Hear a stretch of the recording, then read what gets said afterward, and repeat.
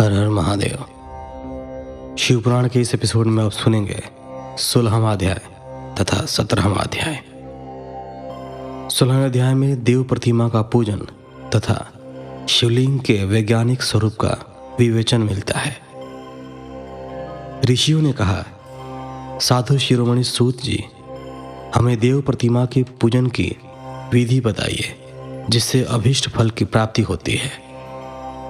सूत जी बोले, हे महर्षियों, मिट्टी से बनाई हुई प्रतिमा का पूजन करने से पुरुष स्त्री सभी के मनोरथ सफल हो जाते हैं। इसके लिए नदी, तालाब, कुआं या जल के भीतर की मिट्टी लाकर सुगंधित द्रव्य से उसको शुद्ध करें। उसके बाद दूध डालकर अपने हाथ से सुंदर मूर्ति बनाएं। पद्मासन द्वारा प्रतिमा का आदर सहित पूजन करें। गणेश, सूर्य, विष्णु, शिव, पार्वती की मूर्ति और शिवलिंग का सदैव पूजन करें। संपूर्ण मनोरथों की सिद्धि के लिए 16 उपचारों द्वारा पूजन करें। किसी मनुष्य द्वारा स्थापित शिवलिंग पर एक सिर नैवेद्य से पूजन करें।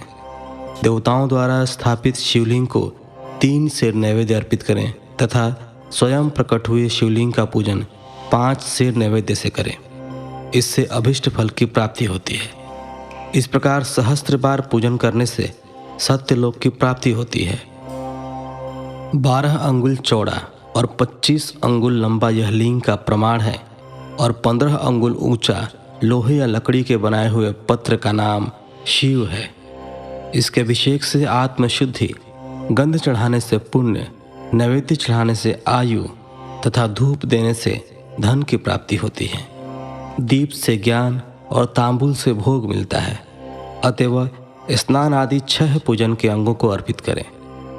नमस्कार और जाप संपूर्ण अभिष्ट फलों को देने वाला है। भोग और मोक्ष की इच्छा रखने वाले लोगों को पूजा के अंत में सदा जाप और नमस्कार करना चाहिए। जो मनुष्य जिस देवता की पूजा करता है वह उस देवता के लोक को प्राप्त करता है तथा उनके बीच के लोकों में उचित फल को भोगता है। हे महर्षियों, भूलोक में श्री गणेश पूजनीय हैं। शिव जी के द्वारा निर्धारित तिथि, वार, नक्षत्र में जो विधि सहित इनकी पूजा करता है उसके सभी पाप एवं शोक दूर हो जाते हैं और वह अभिष्ट फलों को पाकर मोक्ष को प्राप्त करता है। यदि मध्याह्न के बाद तिथि का आरंभ होता है तो रात्रि तिथि का पूर्व भाग पितरों के श्राद्ध आदि कर्म के लिए उत्तम होता है तथा बाद का भाग दिन के समय देव कर्म के लिए अच्छा होता है। वेदों में पूजा शब्द को ठीक प्रकार से परिभाषित नहीं किया गया है। पूह का